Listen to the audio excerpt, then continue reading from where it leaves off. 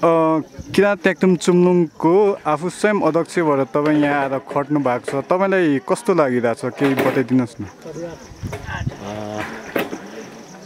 सर्वप्रथम त अब हामी सामाजिक संस्थाको जुन एउटा उद्देश्य र जुन एउटा हुन्छ हाम्रो कर्तव्य अनुसारको काम गर्न पाएकोमा म अहिले खुसी व्यक्त गर्छु। अब दुःखदको घडीमा मलाई संस्थाको गर्नुपर्ने काम र जुन चुम्लुङको उद्देश्य अनुसार भूमिका सम्पन्न गर्न पाउँदा म खुसी अनुभव। तपाईँले यही ठाउँ रोज्नुको कारण? हामीले संस्थागत जस्तो यो भूकम्प आए पछाडि हामीले सबै होइन स्वदेश तथा विदेशमा भएका हाम्रो समुदाय हिन्दू समुदायका साथीहरूदेखि लिएर संस्थागत छलफल गर्दाखेरि अथवा सहयोगी हातहरू हामीले ल्याउँदाखेरि सहयोग गर्न उठ्यो। काललाई राहत व्यवस्था गर्न उठ्यो। त्यस पछाडि हामीले मिटिङ गर्दाखेरि मिटिङमा चाहिँ सबै किसिमको परामर्श गर्दाखेरि जुन नपुगेको ठाउँमा राहत नपुगेको ठाउँमा पुर्याउने र नपाउने जुन जाति समुदाय वर्ग क्षेत्रले पाओस् भन्ने किसिमको एउटा छलफलको हेतु बनायौँ। त्यस पछाडि हामीले छलफल गर्दाखेरि चाहिँ विशेष गरेर अहिले हामीले जुन आदिवासी जनजातिको हक हित अथवा विकास उत्थान चाहने जुन हाम्रो संस्थाको उद्देश्य भएको हुँदाखेरि विशेष गरेर आदिवासी जनजाति समूहहरूको बिचमा पनि अल्पसङ्ख्यक र सीमान्तकृत जाति समुदायलाई चाहिँ हाम्रो राहतको सहयोगहरू चाहिँ पुगोस् भन्ने किसिमले हामीले निर्णय गऱ्यौँ र नीति बनायौँ।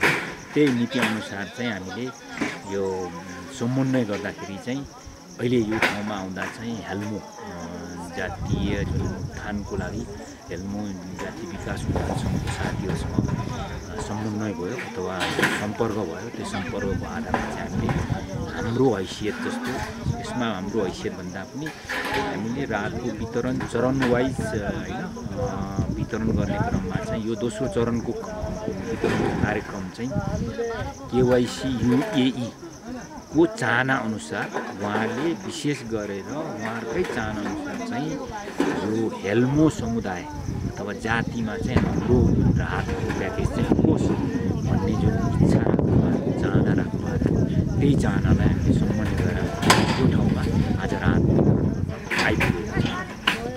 अध्यक्षज्यू, यहाँ कति घर दूरीलाई चाहिँ तपाईँले राहत वितरण गर्नुभयो र त्यसमा जस्ता नै दिनुको कारण के रहेछ त्यसलाई पनि प्रश्न गरिदिनुहुन्थ्यो कि?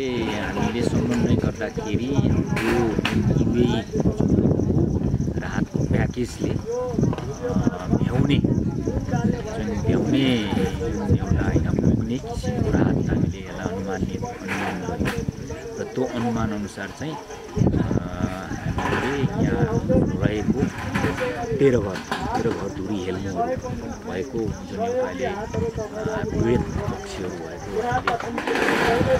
रेकी गऱ्यौँ। रेकी गरे पछाडि चाहिँ हामीले अहिले आएर यो जस्ता नै उहाँहरूको डिमान्ड अनुसार हामीलाई जस्ता नै चाहिन्छ